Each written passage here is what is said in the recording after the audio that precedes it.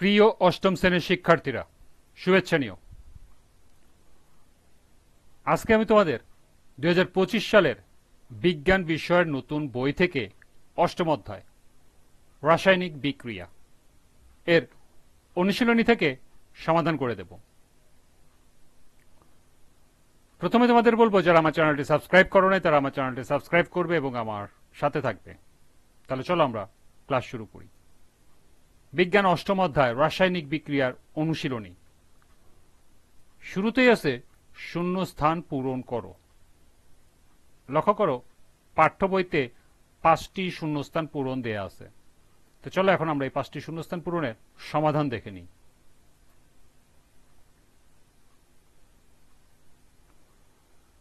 1. রাসায়নিক বিক্রিয়ার ড্যাশ শক্তি ড্যাশ সৃষ্টি হয়। সঠিক উত্তর শক্তি। 2. ক্যালসিয়াম অক্সাইড ও কার্বন ডাই অক্সাইডের বিক্রিয়ায় ক্যালসিয়াম কার্বনেট তৈরির বিক্রিয়ায় একটি ড্যাশ বিক্রিয়া। সঠিক উত্তর সংযোজন। দহন বিক্রিয়ায় ড্যাশ শক্তি উৎপন্ন হয়। সঠিক উত্তর তাপ ও আলোক। 4. শুষ্ক কোষে 10টার চোঙ ড্যাশ হিসাবে কাজ করে। সঠিক উত্তর ঋণাত্মক তড়িৎদ্বার বা ক্যাথোড। এবং 5. হাইড্রোক্লোরিক অ্যাসিড তড়িৎ ড্যাশ পদার্থ। সঠিক উত্তর তড়িৎ বিশ্লেষ্য পদার্থ।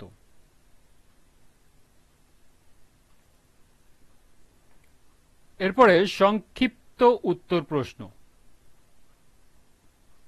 1. দহন বিক্রিয়া বলতে কি বোঝায়, উদাহরণ দাও। 2. প্রশমন বিক্রিয়া কি তা ব্যাখ্যা করো। 3. চুনে পানি যোগ করলে কি ঘটে তা ব্যাখ্যা করো। 4. শুষ্ক কোষের গঠন সংক্ষিপ্ত আকারে বর্ণনা করো। এবং সর্বশেষ 5. তড়িৎ বিশ্লেষ্য ও তড়িৎ অবিশ্লেষ্য পদার্থের মূল পার্থক্য উদাহরণ সহ ব্যাখ্যা করো। তো চলো এখন আমরা এই 5টি সংক্ষিপ্ত উত্তর প্রশ্নের সমাধান দেখে নিই।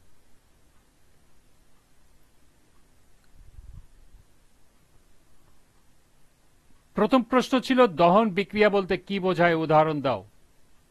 দহন বিক্রিয়া বলতে বোঝায় এমন একটি রাসায়নিক বিক্রিয়া যেখানে কোনো পদার্থ অক্সিজেনের সাথে বিক্রিয়া করে তাপ ও আলো উৎপন্ন করে।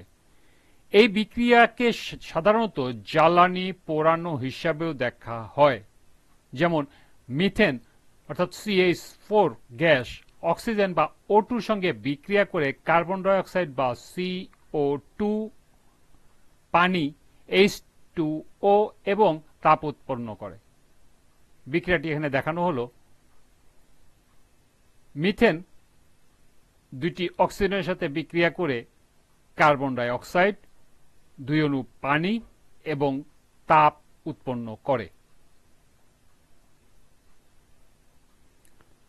দ্বিতীয় প্রশ্ন ছিল প্রশমন বিক্রিয়া কি তা ব্যাখ্যা করো। যে বিক্রিয়া একটি মৌল কোনো যৌগ থেকে অপর একটি মৌলকে সরিয়ে নিজে ওই স্থান দখল করে নতুন যৌগ তৈরি করে তাকে প্রতিস্থাপন বা প্রশমন বিক্রিয়া বলে। লোহা ও কপার সালফেটের মধ্যে রাসায়নিক বিক্রিয়া লোহা কপার সালফেট থেকে কপারকে সরিয়ে নিজে ওই স্থান দখল করে ফেরাস সালফেট তৈরি করে।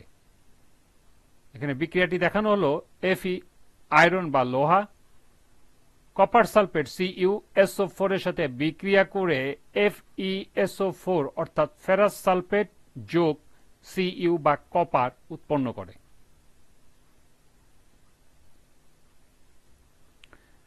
3 নম্বর প্রশ্ন ছিল চুনে পানি যোগ করলে কি ঘটে ব্যাখ্যা করো। চুনে পানি যোগ করলে একটি রাসায়নিক বিক্রিয়া ঘটে। এই বিক্রিয়াটি ক্ষারীয় প্রকৃতির দ্রবণ তৈরি করে। বিক্রিয়াটি তাপ উৎপন্ন করে, ফলে পানি ফুটতে থাকে বা গরম হয়ে যায় এবং ক্যালসিয়াম হাইড্রোক্সাইড উৎপন্ন হয়। এখানে বিক্রিয়াটি দেখানো হলো CaO অর্থাৎ চুন পানির সাথে H2O এর সাথে বিক্রিয়া করে ক্যালসিয়াম হাইড্রোক্সাইড অর্থাৎ CaOH2 এবং তাপ উৎপন্ন করে। 4 নম্বর প্রশ্ন ছিল শুষ্ক কোষের গঠন সংক্ষিপ্ত আকারে বর্ণনা করো। প্রথমে অ্যামোনিয়াম ক্লোরাইড বা NaCl, কয়লার গুঁড়া এবং ম্যাঙ্গানিজ অক্সাইড বা MnO2 ভালোভাবে মিশিয়ে পেস্ট তৈরি করা হয়। এই মিশ্রণটি সিলিন্ডার আকৃতির দস্তার চোঙে নিয়ে তার মধ্যে একটি কার্বন দণ্ড এমনভাবে বসানো হয় যাতে দণ্ডটি দস্তার চোঙে স্পর্শ না করে। কার্বন দণ্ডের মাথায় একটি ধাতব টুপি পরানো থাকে। শুষ্ককোষের উপরের অংশ কার্বন দণ্ডের চারপাশে পিচের আস্তরণ দিয়ে ঢেকে দেওয়া হয়। দস্তার চোঙটিকে একটি শক্ত কাগজ দিয়ে ঘিরে দেওয়া হয়। এখানে দস্তার চোঙ ঋণাত্মক তড়িৎদ্বার বা অ্যানোড আর ধাতব টুপি ধনাত্মক তড়িৎদ্বার বা ক্যাথোড হিসাবে কাজ করে। সর্বশেষ প্রশ্ন ছিল তড়িৎ বিশ্লেষ্য ও তড়িৎ অবিশ্লেষ্য পদার্থের মূল পার্থক্য উদাহরণ সহ ব্যাখ্যা করো। তড়িৎ বিশ্লেষ্য ও তড়িৎ অবিশ্লেষ্য পদার্থের উদাহরণ সহ মূল পার্থক্য নিম্নরূপ। বাম পাশে আছে তড়িৎ বিশ্লেষ্য পদার্থ এবং ডান পাশে আছে তড়িৎ অবিশ্লেষ্য পদার্থ। ক, দ্রবণে বা গলিত অবস্থায় আয়ন প্রদানে সক্ষম তড়িৎ বিশ্লেষ্য পদার্থ। অপরদিকে তড়িৎ অবিশ্লেষ্য পদার্থ দ্রবণে বা গলিত অবস্থায় আয়ন উৎপাদনে সক্ষম নয়। দ্বিতীয়টি হল তড়িৎ বিশ্লেষ্য পদার্থ সাধারণত পানিতে দ্রবণীয়, অপরদিকে তড়িৎ অবিশ্লেষ্য পদার্থ সাধারণত পানিতে অদ্রবণীয়। 3 নম্বর পার্থক্য হল তড়িৎ বিশ্লেষ্য পদার্থ বিদ্যুৎ পরিবাহী, অপরদিকে তড়িৎ অবিশ্লেষ্য পদার্থ বিদ্যুৎ পরিবাহী নয়। 4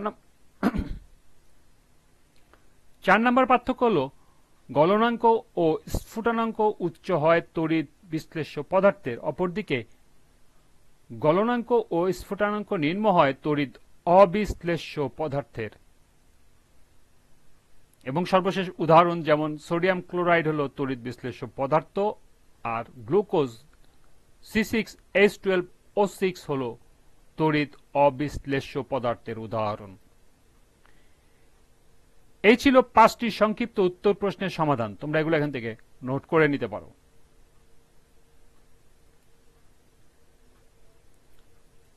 আজকের ক্লাসটি এ পর্যন্তই। পরবর্তী ক্লাসে বহু নির্বাচনী প্রশ্নের সমাধান করে দেব। সবাইকে আবারও বলছি, যারা আমার চ্যানেলটি সাবস্ক্রাইব করে নাই তারা আমার চ্যানেলটি সাবস্ক্রাইব করবে এবং আমার সাথে থাকবে। সবাইকে পরবর্তী ক্লাস দেখার আমন্ত্রণ জানিয়ে আজকের মতো আমি এখানেই বিদায় নিচ্ছি। আল্লাহ হাফেজ।